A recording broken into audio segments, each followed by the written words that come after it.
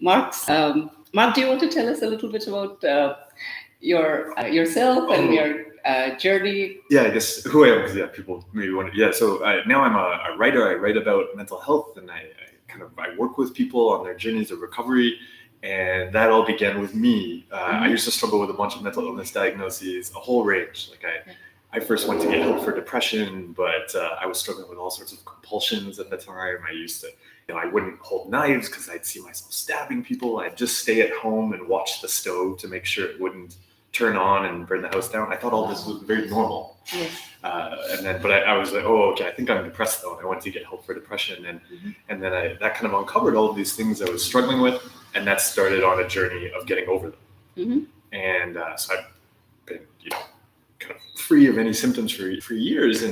And now what I do is make tools accessible to people to help them on their journeys of recovery and learning how to handle these weird things in our skulls. And you're the founder of Path to Change. So how we actually change ourselves and applying change management to our own selves.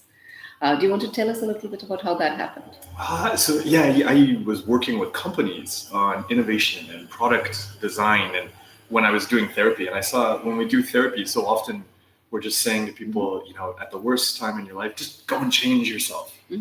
And what I started doing, I realized that with companies, we have all these great tools to help with innovation. And we need to bring those into our personal lives, and because recovery is this big personal innovation.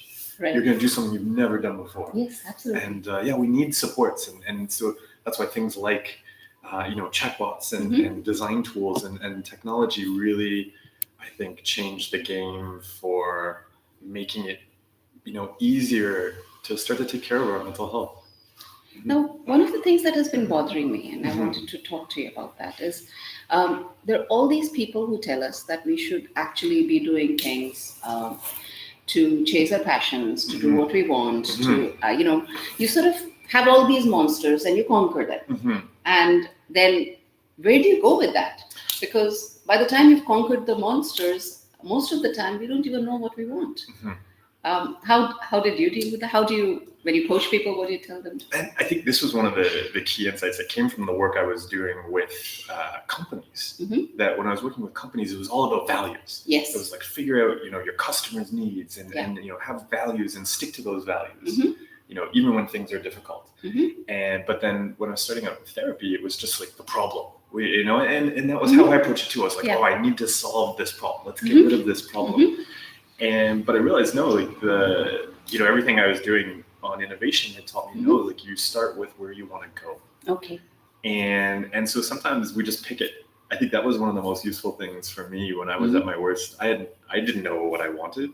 Clearly, so many things I thought I'd wanted had kind of ruined my life. Right. And so at first it helped to actually borrow values and say, really look, if somebody's in a place that I want to be, how did they get there? What are some values I can just pick up and follow? And I find that's so useful at the start. If anybody out there is struggling to pick what are my values? What are the things I care about? It's okay to just pick some. Just pick something that you're like, I'll try this. And later, if it doesn't work for me, it is like a compass. Like you're picking a direction, you're going to take some steps in that direction. If it doesn't take you where you want to go, pick a different direction. So how do you pick this direction? And we'll take questions from the users as well, and sort of just trying to find live chat. Oh, there we go. Oh, there's lots of questions there. Lots of questions. Everybody. So one of the questions is, what do you do when you're forced to move out because of your family and now everything falls back on you? You're actually, you're not there. The family wasn't there for you, and then now you're all alone. I think so. One thing I always find is really key is to be really kind to ourselves, like to recognize often we're dealing with all sorts of things happening around us. Even when we're with our families, that can be very challenging. There can be all sorts of things we're running into in our lives, and work stress and social pressures around all sorts of different issues. So first, I would say just be really kind to yourself, Yes. because it is challenging, and making that okay to be able to say, you know what, this is really tough.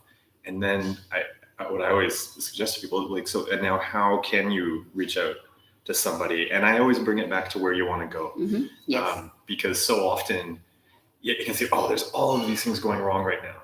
But actually, if we orient it around where you want to go, then we can say, okay, so yeah, there's lots of terrible stuff happening. Yes. But where do you want to go, and what do we need to go there? Because Yes. sometimes the horrible thing, maybe actually to go to the place where you want to go, you don't need your family support. And so it sucks that it's not there, but it might not be necessary to going where you want to go.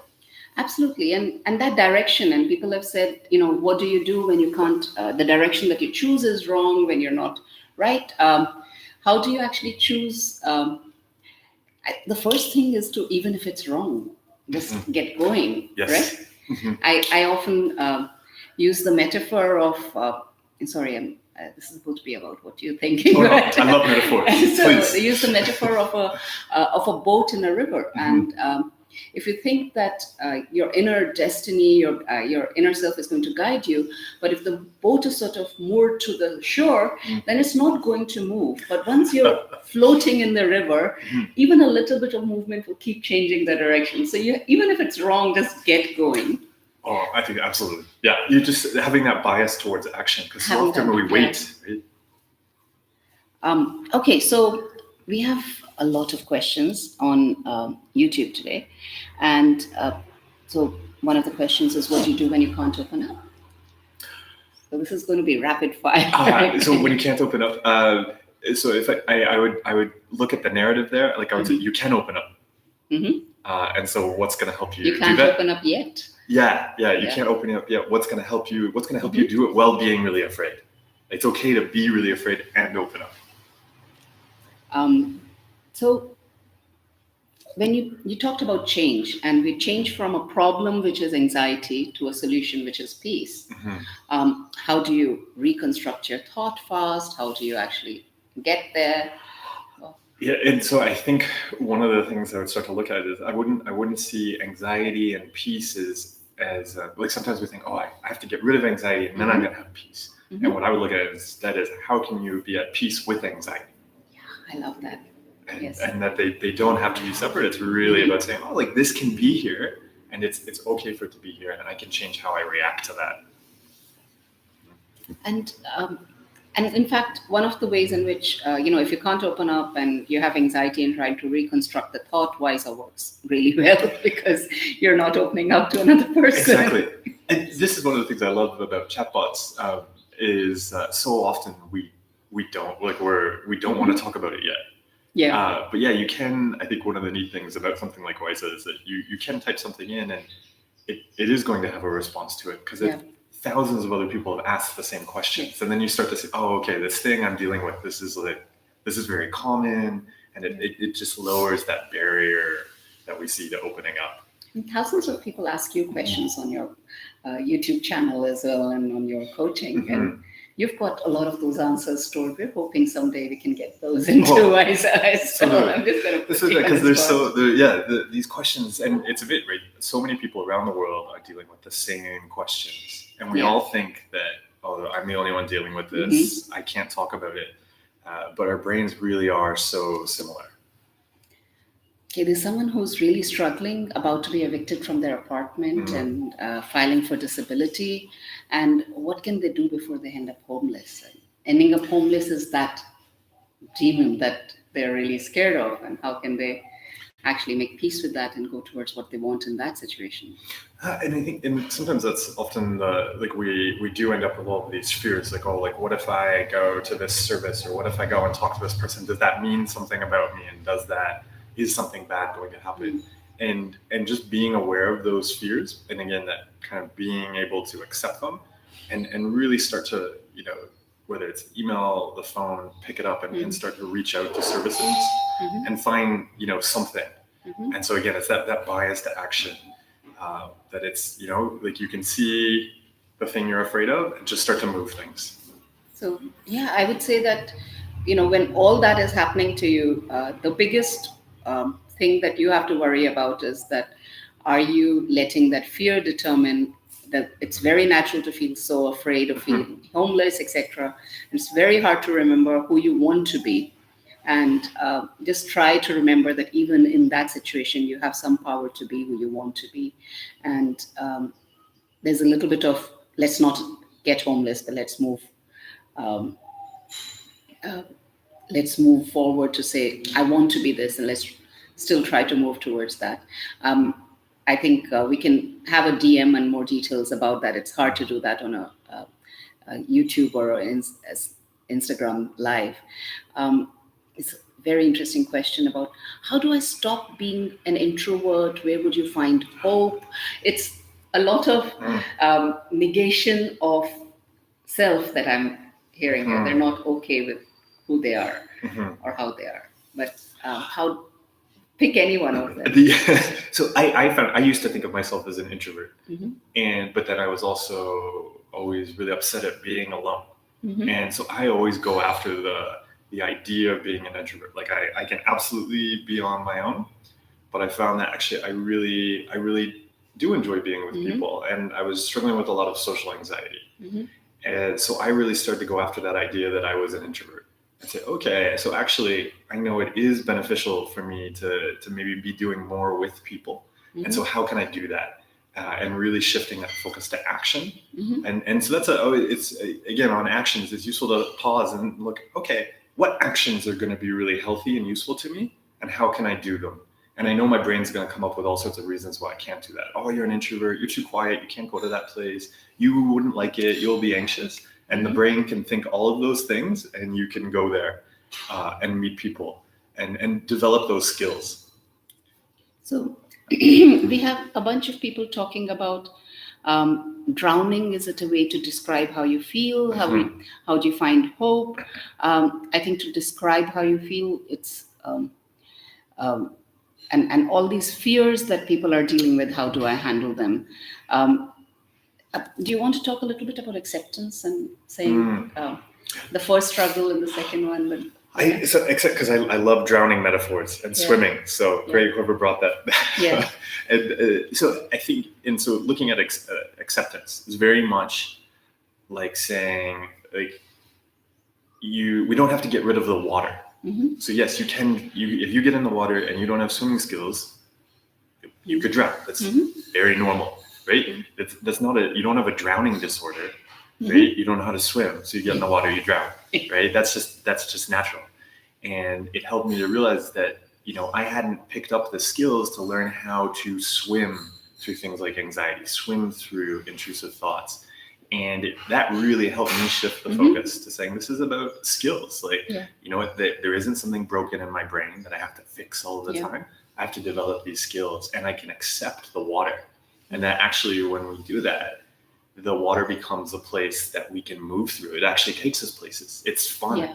It's now we can swim to our goals. Whereas before we just looked at where we wanted to go, that beautiful island over there across the water, and we're like, oh, I'm a drowner, I can't go there.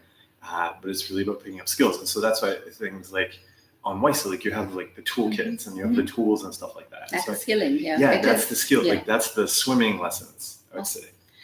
In fact, there's one which I asked you yesterday, and how do you get over your writer's block? And you've got a really cool tip for that, don't you? Because even writer's block in general, I find that again, you gotta write and you gotta do it, and so figure out a way to do it. And so what I do, like when I was writing my book, You Are Not a Rock, because I felt like I have to write a book now, and like you get into book writing mode, and it doesn't sound good. But I was so used to answering questions from people. So I would actually email myself a question because if somebody emailed me a question, I would just immediately, I've got to get this done really quickly. I would, fill it out. There's this story and there's this research and so on. And so I just started doing that. So I would email myself questions, pretend they were from other people, and then answer them. And then everything moved so much faster that way. So I would, always look for that thing, like what's going to move things along. But then we also just have to do it, which is kind of, key to writing. And so I think that's the thing too, with writing or anything creative, just do it. Like we were talking about before, like just take steps. And if it's wrong, that's fine. So we've also had people talking about thoughts of self-harm and how do you deal with thoughts of self-harm. Have you ever faced that yourself? Yeah, I think the thing that I always found really helpful, and so this wasn't something that I knew at the time, right? Because when they're coming up and we don't have the skills, right, we're kind of drowning. Was really starting to learn how to develop a skill that you hear a lot about in acceptance and commitment therapy called cognitive diffusion. And it's all about starting to learn that our thoughts are things we experience. So their thoughts are no different than somebody shouting at me in the street. Okay. So if somebody shouted at me in the street and said like, "Oh, you're stupid," or "You should hurt yourself," I immediately, I don't know, I'd throw something at them and then walk away if I was feeling nice. But so often with thoughts, we engage with them. We're like, "Oh, what does this mean? Why is that there? And so so I would check out cognitive diffusion, and then meditation is a great way to practice that. And it's really about putting space between you and your thoughts. So that thought doesn't have power over you. It just exists. It came, it'll go away if I ignore it. Exactly. It's just a thought. It's no different than hearing a bird out the window. Okay. That's interesting. So lots and lots of questions. There's someone who's failing in class and the stress and anxiety has all started happening and worrying has started happening. How do they deal with it? So there is a fear that they will fail. And that's a real fear. But how do you deal with stress and anxiety? And it's great. And the thing, I always had lots of fears around failure, and that would cause me to do all sorts of compulsions that would lead to me failing. And so I think this is the I don't know, the terrible irony of mental health issues always. We end up doing all these things to prevent a fear, but the things we do always lead to the fear. Right. And so one thing is, to be kind to yourself. Okay, like there's this fear, this stress, and this anxiety, and you recognize that, and that's great. And then, I find one thing that's really key is bringing success close to me. And by that I mean making success about actions. Right? I don't, I can't control. If pass fail, if I fail, I'm going to learn how to handle that, and I trust myself to be able to handle that. But in this moment, rather than picking a goal like I must pass, I must succeed, I can pick a goal like, okay, every day I spend a half hour doing, practice exercises for this subject. Okay. And that's all that I measure success by. Or like in writing, so I just measure success by, did I produce a certain number of words each day? I don't control whether they're good. I don't control whether people will like them. But I just control my action. And so pulling success back to only something you control, I find is so key in everything. I found just putting a routine and saying, I'm sticking to that routine and that's my success because that's in my control. Yes. And if it happens, if it doesn't happen, there are lots of people who failed and then succeeded in life. Each small failure is not the entire story. No.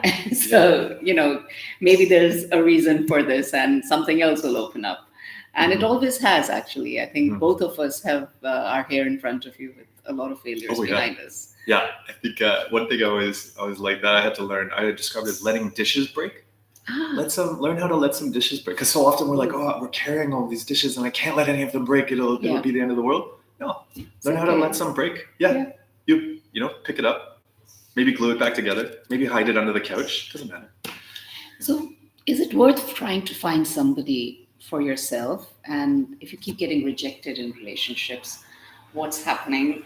And is it really worth putting yourself out there again and again and then feeling that rejection? So the thing I always look at, it really helped me to make a big shift from getting to giving. And I realized I was in any kind of relationship, and again, we're talking about success, I was always trying to get stuff. Yeah. And it really helped me again to shift success to giving. And so, what, if I'm in a relationship and I give the things I want to give, that was successful. Whatever else happens, that's fine. And then that giving is really fulfilling. Yeah. And that's something I would always want to give. It doesn't matter if the other person rejects it or not. In fact, half the time, and I have one very practical tip for relationships is that if we have zero expectations and we're just approach it from a stance of curiosity, I'm really curious about who you really are. I I went through most of my early childhood with no friends, and it took me a long time to figure out people. But the one thing that I've realized is whenever that anxiety comes back of, this person will abandon me or not like me or reject me, I'll just be like, hey, I'm not even asking them to be my friend. I'm just curious about who they are. And they always end up like, now everybody says that, in one meeting they feel like they're my best friend because I'm actually genuinely curious about who they are and not worried about whether I'm being rejected. I'm not even in the frame anymore. Maybe that will help you. Sorry. Yeah. Curiosity is a wonder tool. Yeah. Absolutely. Okay, so how about we have people saying how to deal with self-defeating thoughts about perfectionism specifically. We all have that, don't we? Yes. I mean, that kind of comes back to the learning to let dishes drop. Like really, in some ways, it's a practice. I know this was a thing I had to practice. Like look for those opportunities to fail. Look for those opportunities to have it not right, and keep the focus on actions. And so, really being able to say, you know what, I could go back and check this thing right now. I could go back and try to control this thing right now. But actually, I want to go spend time with my friends, or here's this other thing that I value. So I really start to use your values there. And get comfortable saying, you know what, I could spend time on energy trying to fix that and control that, and I'm going to go spend it on something else. But it's really an exercise. Like it's almost like learning how to lift weights. I find at first we can't do it, and then gradually the more you do it, the more uncertainty you'll be able to lift. We've got people asking about talking to their parents about major anxiety disorder because that then makes them maybe they don't have it. I'll just want to quickly say that we did another session on Instagram about talking to your parents about your mental health, and the video's there, and you might want to check it out. It's on YouTube as well. And on that, the DMs are still open, so you can still comment on it and ask questions, and the expert on that will respond. We have someone asking us what the inspiration behind Wysa was. And I know you were asking me to talk about that a little bit. So shall I just... How did it all get started? I went through depression myself, and I was practicing some self-help techniques, and I'm a learning designer, and I had been dabbling in AI at the moment. And around that time, a very close friend of mine, her son committed suicide. A bunch of stuff. I think mental health was all around us. And until then, I thought it was this huge thing that only clinicians could figure out and treat and things like that, which was true. But I think it's only then when I realized how difficult it is for somebody who's in a situation of depression, even if they're actually working in mental health, to seek help, to go to therapy. That getting to a therapist is so hard. Just getting out of bed and having a bath is so hard. So I used a lot of self-help tools, and none of them seemed like what I really wanted. I wanted to talk and feel heard. And so Wysa started as a side project to say whether I could build something that did what I felt should exist. And it was, I think, May 2017, where a girl wrote to us to say that she had tried to commit suicide and was helping her hold on to life. She was 13. And it just made us think that if this can happen, and it wasn't a very good version of Wysa, I don't think we're perfect yet either. But then it's worth spending the rest of life making this better. So it just grew as being our main business from there. Oh, that's great. Yeah, when something comes from personal, like wanting to solve a personal challenge, I find it's just always so much better. Yeah. Exactly.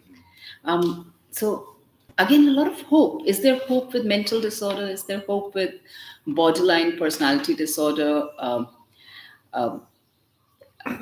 you want to talk about borderline absolutely. personality? Yes, absolutely. And so often, when I'm doing presentations to professionals, I'll often bring up borderline personality disorder because there's so much stigma around it.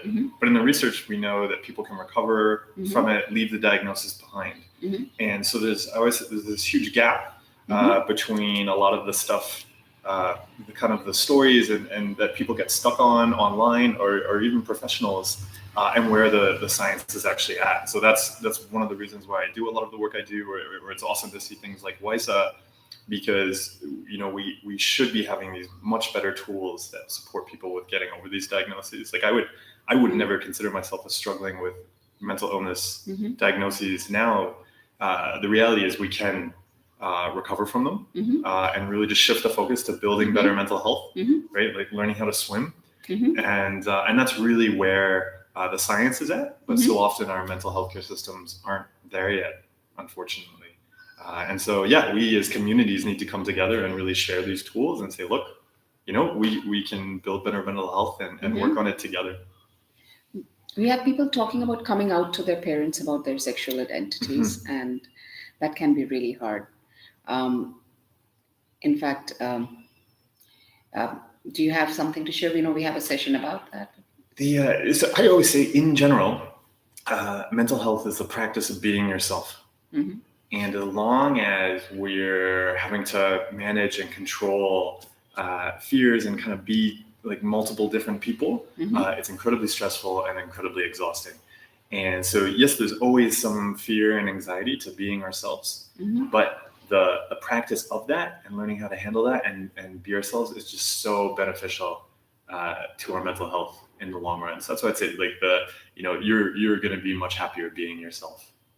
So any closing thoughts, Mark? We're nearing the end of our session. The last 3 minutes.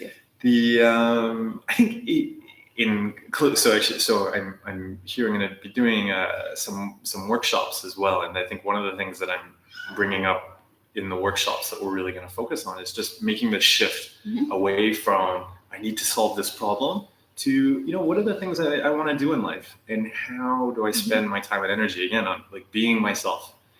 And making that shift. And that's the thing I always suggest to people as you're working on your mental health, like really, and it's really tough at first because we want to fix those problems, but really kind of just making the problems a challenge, you're going to overcome on the way to doing the things you want to do in life. And so I think that also answers Zara's question, which is, it gets me down that I feel helpless because there's so many roadblocks on the way to trying to making it as a fashion stylist. And it's all about, but at least you know what you're trying to make it and make room for this helplessness. Don't worry about it. It's okay. If you're going to try to do something big, you're going to feel helpless, and that's okay. Yep. And we all did. And so, yeah, just enjoying that journey. Because again, it's the compass thing. It's a direction. It's not, I have to go and be there. It's like, you know what? I want to really enjoy trying to do this thing I want to do. And that's okay. Okay. We've still got questions. We'll take them in an offline mode. We'll reply to each of your questions on the chat itself. But I think it's time for us to close. And we still have a few more minutes, I think. It's 2 more minutes. Actually, we can take maybe one more question. Maybe like one. We'll take one from... sorry, I'm just going to see if we have...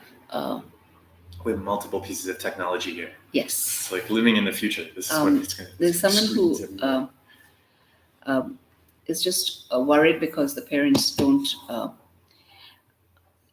get any, don't let them get therapy. And even when they attempted suicide, their parents thought it was a scream for attention. And they're afraid that they'll be put into a mental hospital. These are the kind of things people worry about when they're struggling with mental health. And because sometimes the thing to always keep in mind too is when we're bringing up mental health challenges, sometimes other people are afraid of having to deal with their own issues, and so they immediately want to shut that down. But this is actually one thing I always suggest people. Even when you're talking with your parents, even when you're talking to a partner about mental health issues or talking about it at work or anything like that, I always shift the focus to where you want to go. Right? Thinking about like, okay, if you want help with swimming lessons, let's talk about maybe they'll be more open to having that conversation because people are very afraid of drowning. Yeah. And so thinking about, where do you want to go and what do you want to get help with? And sometimes having the conversation in that direction. But recognizing, that often we're up against people who are dealing with their own issues, and they might not be dealing with them well. And I think similarly with coping with someone who has a cancer diagnosis for themselves or someone they really love, I would add the same thing to say, okay, now we can't change the past, we can change how it'll go from here. Sure. We know some things are not in our control, but with the rest of it, what do we want to do? And having that conversation with that person and just saying, it's like Halloween when you have only a few candies left. It feels a little more like, I want to make them count. When you have loads of candies, you're just wasting them. Absolutely. That's the I love candy. And that's the thing. Sometimes I often just boil down like taking care of my mental health to one question. And that's always just given the context in which I find myself, how do I want to spend my time and energy? And because we're always dealing with like all sorts of tough issues around us. And someone finally asked, what do you do if you don't know what you want to do? So one last thing on that, and then we go. Yeah, on that, I would pick something and just take a step towards it, right? Because we don't have to be like, oh, it has to be this big thing, or it's going to mean something, or it's going to affect my whole life. No, be very light with your steps. Try something. See if you like it, see if you don't like it, and then try something else. Thank you all for being here. Please follow Mark on his channel. And if you're watching this on Mark's channel, please follow us on Wysa. Please follow Wysa. Yes. Awesome. You guys have been great. There are lots of questions that are not still answered. We'll make sure that every one of them is answered on the chat. And we can continue this conversation next week in our next AMA. Talk to you later. All right. Thanks a lot, Joe. Thank you. Thanks, everybody. Thank you. Bye.